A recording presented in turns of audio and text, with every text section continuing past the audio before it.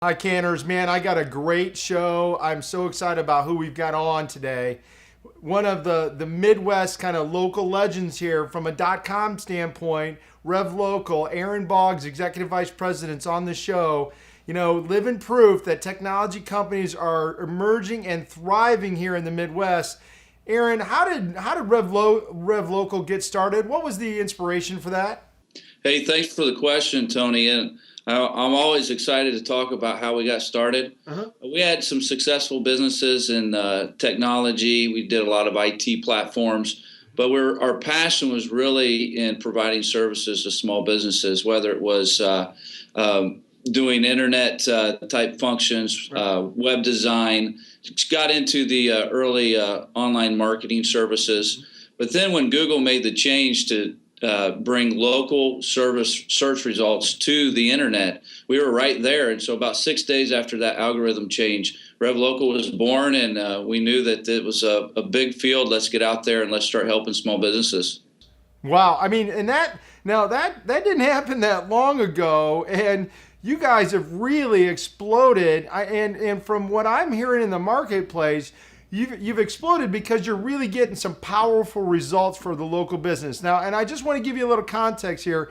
Like, I started an association for small businesses about 10 years ago, and we used to charge them dues for $39 a month. And I know how hard it is to get that small local business to part with their money. I mean, you really have got to be good at what you do. And that's the word on the street with what you guys are doing. I mean, you're really creating some results for these guys. Talk to me about how you make that happen. Yeah, there's no doubt that for a small business owner to look at what's happening in marketing and technology, it's an overwhelming feeling, and they feel left behind. So our whole business is built upon, can they trust us to take over their marketing and bring them customers online? And when you understand the hard work, the effort, the sweat and the tears that they pour into their business, and that's where we've come from, you know that you can't just make this a technology or software play. That's what's happened so much is people have taken a snapshot in time. They slap digital marketing on it and say, this is what you need to do. And what we've done is we've created a unique blend between those softwares and people on our side. So what a RevLocal client gets is a dedicated employee for their business who understands their industry and actually does the work for them. And so that unique blend is the value that's being created and why people are so passionate about working with RevLocal.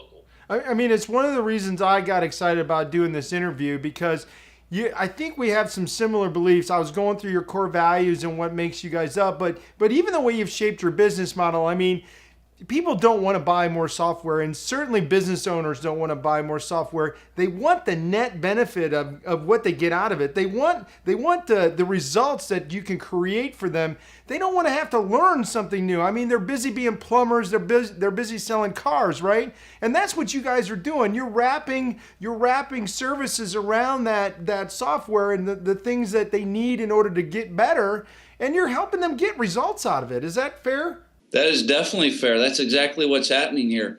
Look, there's a lot of opportunity in digital marketing when it comes to local search. And what we believe is our competitive advantage is at the heart of who we are is the passion to truly help small businesses. And so it's not just about giving them a solution. It's about finding the solution as it continuously changes. We read the analytics. We're constantly going over the strategy on their behalf, because every month there's some kind of new opportunity that exists. And so you can't just take a static product, plug it into your business, and it work. We have to have people involved in this, and that's where we get excited. We want to be a great people-oriented business and help small businesses find new customers. Right. And to your point, the power is in that pivot, right? It's understanding how that campaign is going to iterate, evolve, get to the next level to get that breakthrough. Someone's got to be looking at it every day, twisting the colors of the Rubik's Cube around until I think I just dated myself, until they align, right? That's what we've got to do. So when you go and approach a client, you've probably been on our website and you see we're about teach marketing. how do you have to educate them? How much education is in the beginning of that on the front end to help them understand what you're accomplishing for them and the value that that brings? Well, that's another great question, and that brings a different approach to why RevLocal is finding success. Is we believe that this is something that has to be sold face to face, and so we're spending the time and the effort to go inside those businesses and consult with them, and help them to understand, no matter where they're at in the process or how educated they are, from somebody who has done Google AdWords themselves and spent thousands of dollars to somebody who doesn't have email. The same conclusion could be made today. This is not something you can do on your own. And so we don't walk in and celebrate the fact that we have a direct relationship with Google. We don't celebrate the fact that this is something that we've done for ourselves. We celebrate the fact that we want to roll our sleeves up and help them in their business get new customers online. And as things have continued to change, it's a scary world for small businesses if they don't start today. So they have to find a partner they can trust. And that's what we believe we are, somebody they can trust. Well, I think, not only is their world moving and changing so fast, not only has the internet changed that, but now mobility is moving that bar at such a faster rate. We can be so local in the way that we're finding customers and the way that we're getting marketing. And that's part of what you guys bring to the table is, hey, you've got this great software, you've got all this technology and access, but they don't have the time, the energy, the resources, the know-how to leverage that. You guys bring that all that power into that local business. I mean, that's where your rubber's meeting the road. Is that fair? Absolutely, that's fair. And you think about this, it's very easily understood when you think about the people who know how to do these things. That have the technology, they have the infrastructure to provide the value. When they look at the small business, they don't see something that's sexy enough to go after. It's too hard of work. Right. So they spend their time trying to acquire the larger franchises, the larger corporations. And what we want to do is flip that model.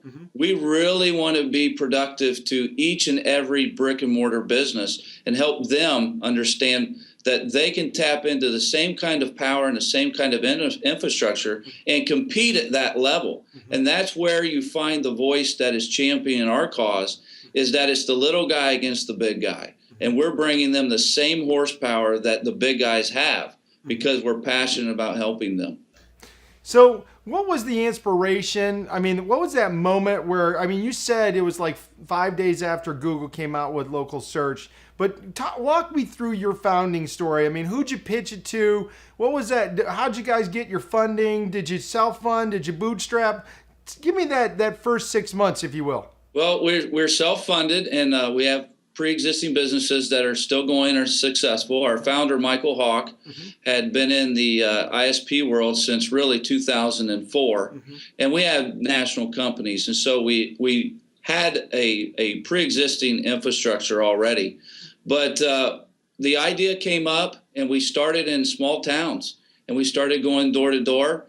Michael started to sell. Michael's brother Mark is our president, and he started to sell. And then I went out and I just said, hey, this is something that we believe you need. And every time that we open the door of a business, the business owner is sitting there with his head in his hands, and he's saying, how do I keep up with these changes? And we found that it was just a puzzle piece that fits so naturally that as Google's continued to change, as Bing changes, as Facebook changes, social media, content development, all these things, those aren't words that they necessarily understand or want to.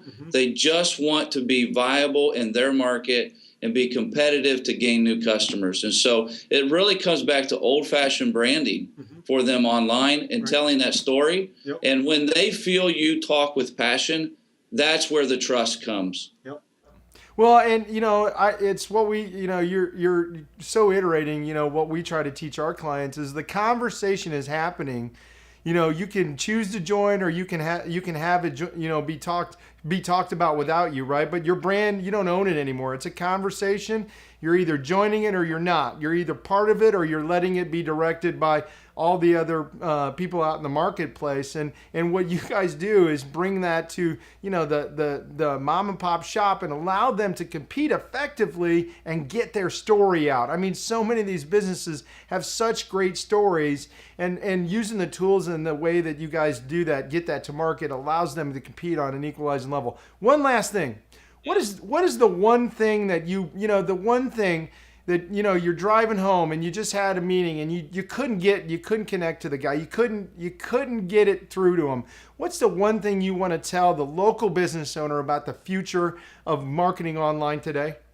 Well, I've said many times that I've banked my entire future. I've banked my kids' future on the fact that the internet will be there and that people will want to communicate with one another. And as long as those two things exist, local marketing is going to exist.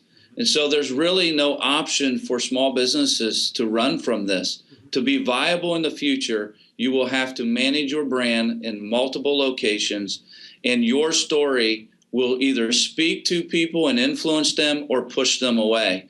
And so there has to be a strategy with that. And it's very deep, it's very complex. Presence management is not easy. And as Google continues to develop new solutions and new algorithms, the small business owner is just being left behind, but their opportunity is still great. And so that's what we want to do, is just share with them, this is something we can help you with. You've heard it here, right here on the line. Aaron Boggs, don't let Google leave you behind. That's right.